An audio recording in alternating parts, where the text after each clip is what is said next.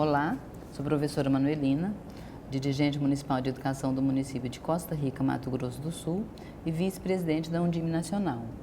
Estamos aqui ao lado de dois especialistas australianos para conversar um pouquinho sobre a Base Nacional Comum Curricular.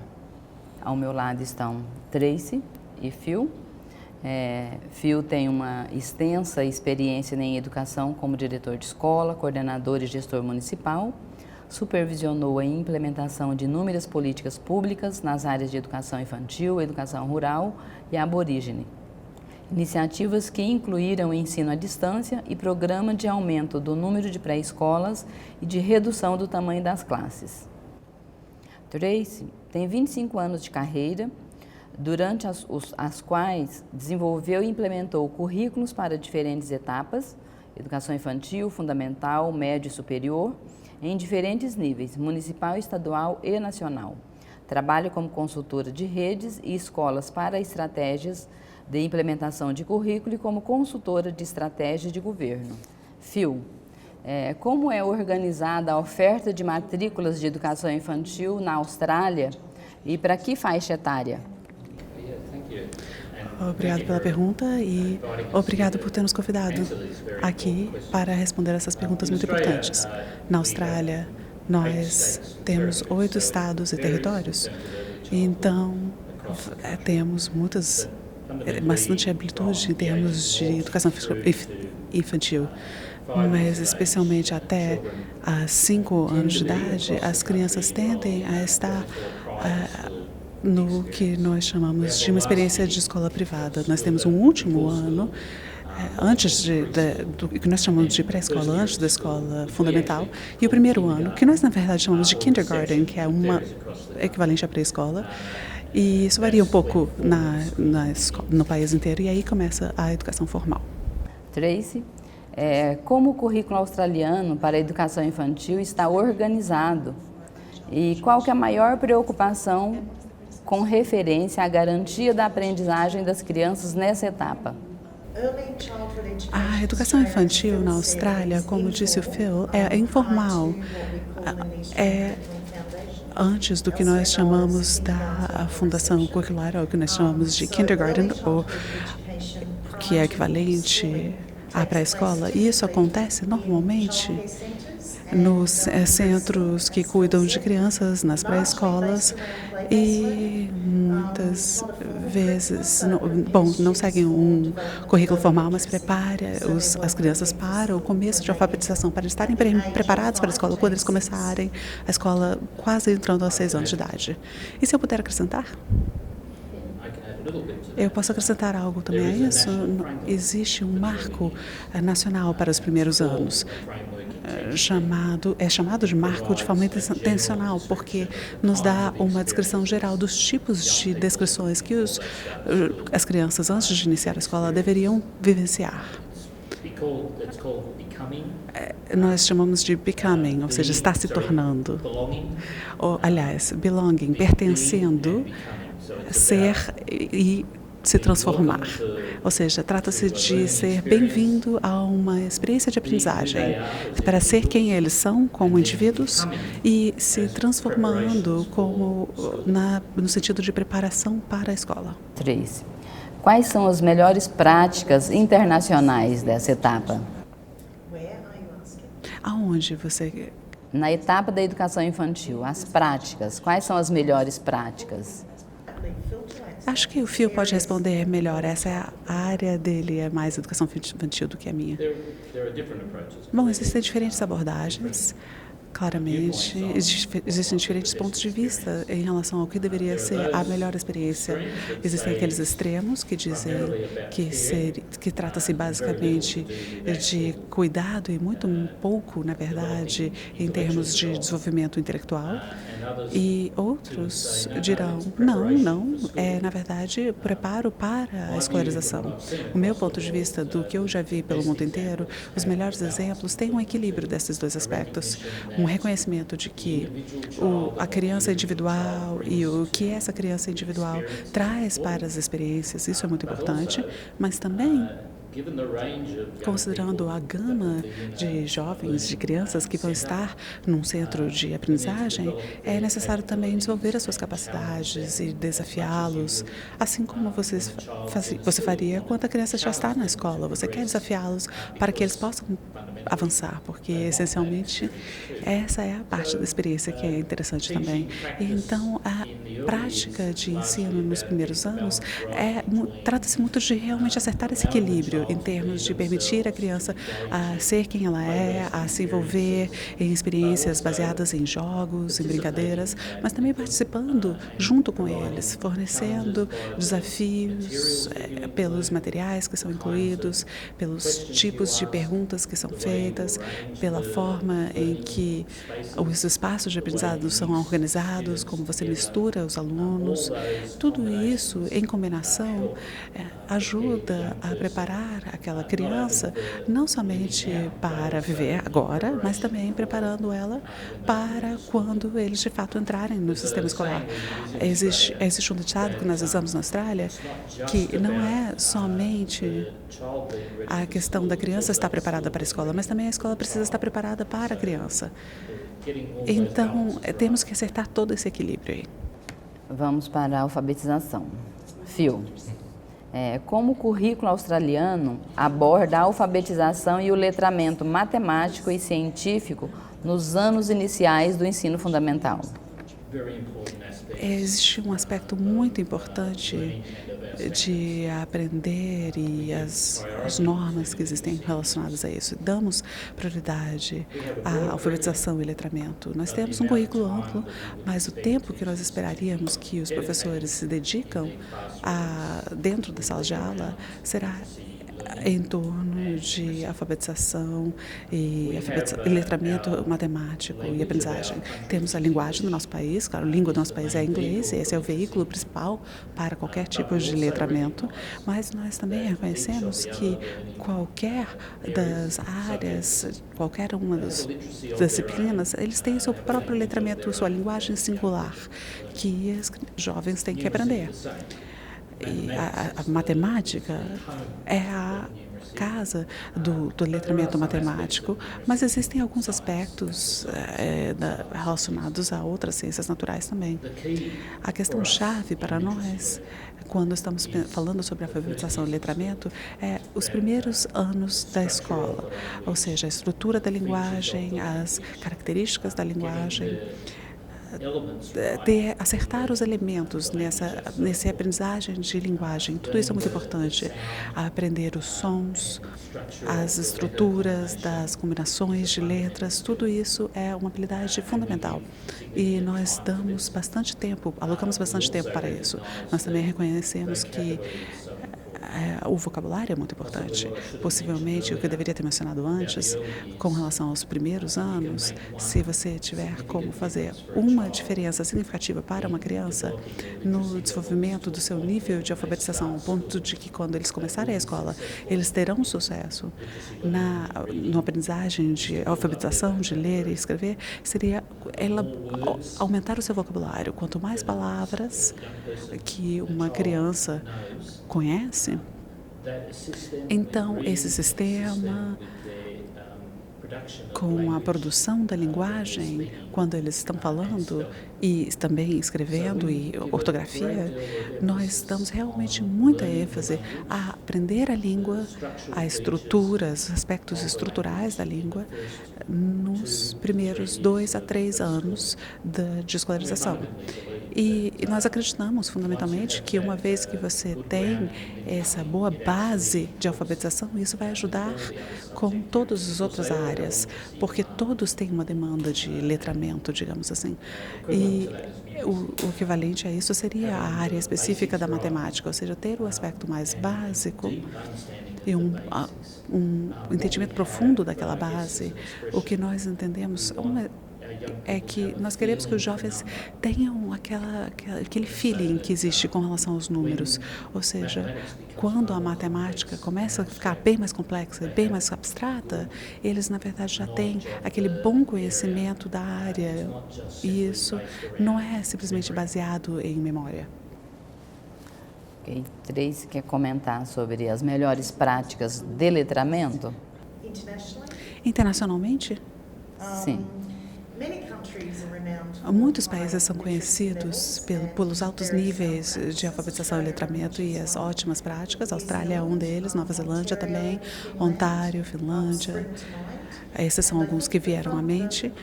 E eu acho que o ponto em comum desses países e das práticas que eles realizam é que a alfabetização e letramento é considerado um direito fundamental de todas as crianças. E eles dedicam muito tempo no currículo para ter certeza de que as habilidades de fundação nessas áreas são bem estabelecidas. Isso não é algo, como o filme mencionou, que seja isolado ao inglês ou à área de matemática. É, na verdade, algo que todos os professores são responsáveis em todas as áreas de ensino e em todos os anos de escola também. E isso estabelece as bases para realmente ter resultados favoráveis e fortes de aprendizado para todas as crianças. E se eu puder acrescentar também a isso, como a Tracy disse, ela destacou alguns países, se pudermos ver um fator significativo no alto desempenho de uma série de países, é a importância que a leitura recebe dentro e fora das escolas, para as famílias e também dentro das escolas. Quando a leitura é vista como algo essencialmente importante, basicamente muito importante em termos de experiência de aprendizagem, então isso passa a ter implicações gigantescas em termos da melhoria do desempenho dos jovens numa gama de áreas diferentes. Phil, qual o papel dos gestores e professores na construção e na implementação de uma base comum, uma base nacional? É crucial. Eles têm um papel significativo, um papel inicial em dar um feedback à medida que realizamos a consultoria para o desenvolvimento dos padrões nacionais, das normas nacionais. Eles estão envolvidos desde o início nesse processo. E enquanto isso está acontecendo, eles estão levando em consideração as implicações para eles mesmos, em termos de o apoio dado aos professores, aos diretores das escolas, em sua aprendizagem e como eles vão se preparar. E também existe um papel importante na identificação da lacuna entre o que os professores estão ensinando agora e o que as novas normas vão requerer. Em alguns lugares do país, talvez você verá que essa lacuna é maior do que em outros locais. Para alguns, eles vão se sentir muito mais à vontade com alguns aspectos ou algumas áreas, e outros, talvez eles acreditem que esse desafio desse novo aprendizado será muito maior.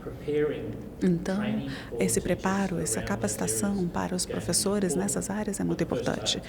Mas a primeira tarefa é decididamente identificar qual será o novo padrão, digamos assim. E a outra questão é a determinação de prioridades.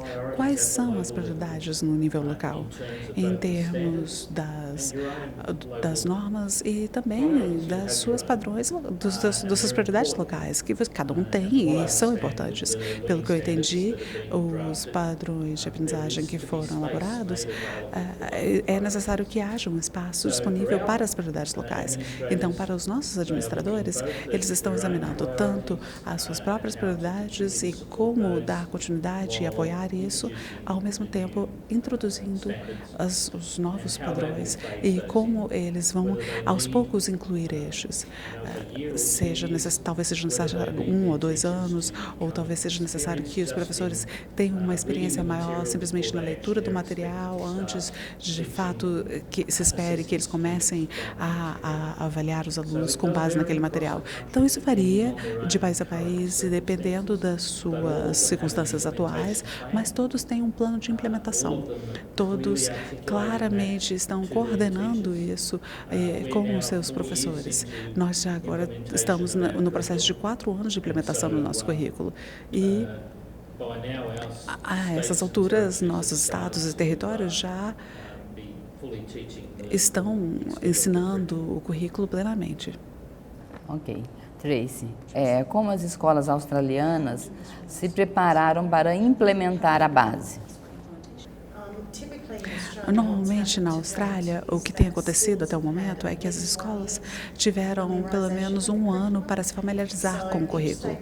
Então, cada estado e território da Austrália tem um plano de implementação diferente, mas todos deram aos professores um tempo para se familiarizar ao currículo e para identificar o que é semelhante ao que já era feito no passado e para se prepararem para o que é novo, para o que é diferente. Além disso, é realmente importante, e isso tem sido o costume e a prática, de que você não joga o bebê junto com a água do banho fora. Eles analisam o currículo, eles veem o que de fato aconteceu no passado, que é necessário ainda no presente. Não vamos jogar tudo fora, tudo que foi desenvolvido no passado. Na verdade, há uma adaptação e uma aprimoração para poder implementar esse novo currículo. A Austrália também, em combinação com o desenvolvimento do currículo, nós também desenvolvemos normas nacionais para os professores, e damos a eles essa possibilidade para entender as suas necessidades profissionais. Então, fizemos essa abordagem dupla, trabalhando tanto com os professores quanto com as escolas, para que fiquem preparados e prontos para terem as habilidades necessárias para poder entregar o currículo novo. Talvez Phil queira acrescentar? Sim, somente eu diria que, como as empresas de livros didáticos, os grupos comerciais, as organizações não governamentais, que dão apoio às escolas com seus programas, eles também precisam de tempo para desenvolver os seus recursos e adaptar os seus recursos para ajudar as escolas. E esse é um dos grandes benefícios de ter essas normas nacionais. Você pode mobilizar tantos recursos ao mesmo tempo, ao invés de ter simplesmente um apoio separado e talvez variável, dependendo do tamanho ou das circunstâncias econômicas de uma área. Todas as áreas têm como se beneficiar do mesmo nível de apoio. Ok, Phil, você já falou da importância da leitura, mas eu gostaria de saber como organizar e realizar leituras críticas do texto preliminar nas redes e na escola. Como organizar a leitura crítica? Bom, claramente, os objetivos de aprendizagem em si precisam ser claros em termos de que a leitura não é somente a produção de uma linguagem, e sim uma análise também de texto, uma análise profunda. E isso, claro, vai variar dependendo do grupo etário e da capacidade daquela criança. Um dos aspectos mais impressionantes sobre as normas que eu já vi é a promessa fornecida no texto introdutório em termos do que você quer atingir. Você quer ter um jovem bem equilibrado, que tenha um pensamento crítico, que tenha a capacidade de analisar um texto e situações e solucionar problemas, buscar soluções. E, é claro, o currículo em si precisa possibilitar isso, na forma que descreve o que se espera das crianças à medida que elas vão avançando na escolarização. Então, é necessário que seja identificado nos objetivos de aprendizagem essa demanda conceitual que está sendo feita sobre aquele jovem. E o trabalho que nós temos realizado para o movimento é justamente analisar os objetivos de aprendizagem da forma que estão sendo redigidos e fornecer comentários sobre se nós achamos que as demandas são rigorosas o suficiente em comparação ao que está sendo esperado de outros jovens de forma equivalente em outros lugares do mundo. O processo de desenvolvimento do currículo envolveu 4 fases relacionadas entre si, que é a definição do formato do currículo, a redação do currículo, a preparação para a implementação, o monitoramento, a avaliação e a revisão do currículo. né? Você mencionou que já está sendo implementada há 4 anos. E o monitoramento, como está sendo feito? Uma das questões-chave para qualquer mudança em termos de políticas é não esperar tempo demais antes de começar a fazer a avaliação. Essa é uma mudança muito importante para o país. E é necessário se certificar de que, à medida que está sendo implementado, você está recebendo feedback para poder ver quão bem está sendo realizado ou absorvido, quais são as questões que podem estar surgindo e que requerem maior suporte, maior apoio. Então, temos um processo de monitoramento que inclui receber feedback dos estados, das autoridades dos estados, dos administradores, gestores estaduais, estimulando-os a conversar com os professores.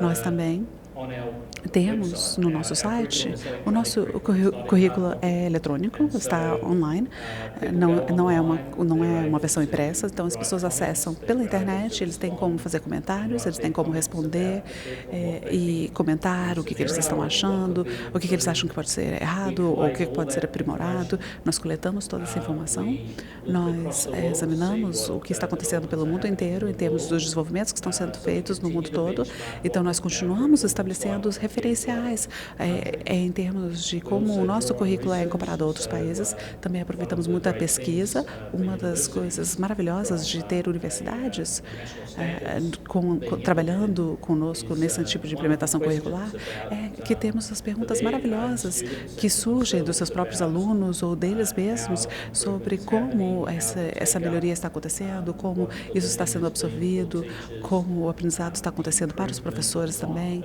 e se isso está melhorando ou não para os jovens por meio dessas novas mudanças. Nós aproveitamos tudo isso que é pesquisado e nós levamos isso aos nossos diretores, aos nossos ministros e todas as nossas autoridades, nossos órgãos de autoridade, e mostramos, olha, isso aqui é o que nós vimos para 2015. Nós estamos, na verdade, preparando o que vai acontecer em 2016. Então, em outubro deste ano, nós teremos um relatório de monitoramento e se nós identificarmos qualquer questão, nós fazemos recomendações, talvez um ajuste seja feito ao currículo. A nossa experiência até o momento é que nada foi muito significativo ao ponto de realizar um ajuste. Então, nós simplesmente dissemos, bom, vamos continuar monitorando, vamos continuar observando e, essencialmente, nós estaremos bem preparados para a próxima versão do nosso currículo australiano. Isso provavelmente será daqui a uns 6 anos, mas nós já estamos começando o planejamento agora. Quer comentar alguma coisa, Tracy? Somente diria que esse relatório de monitoramento é feito de forma anual e isso alimenta a avaliação final também que acontece do currículo. O que acontecerá, como o Phil disse, nós vamos revisar isso em 6 anos, o currículo será revisado em 6 anos e será com base numa avaliação formal, que faz parte do processo de desenvolvimento curricular. Ok, eu agradeço em nome da Undime Nacional, em nome dos dirigentes municipais de educação do Brasil, a contribuição de vocês, que foi muito valiosa. Foi um prazer e parabéns pelo passo significativo que vocês estão realizando. Vocês não estão sozinhos. Muitos países já fizeram ou estão tomando esse mesmo passo, porque não há nada mais importante do que dar apoio ao futuro dos nossos jovens. Não tem nada mais importante do que isso. Então, parabéns por trabalhar de forma colaborativa para poder atingir um resultado fantástico. Ok, muito obrigada.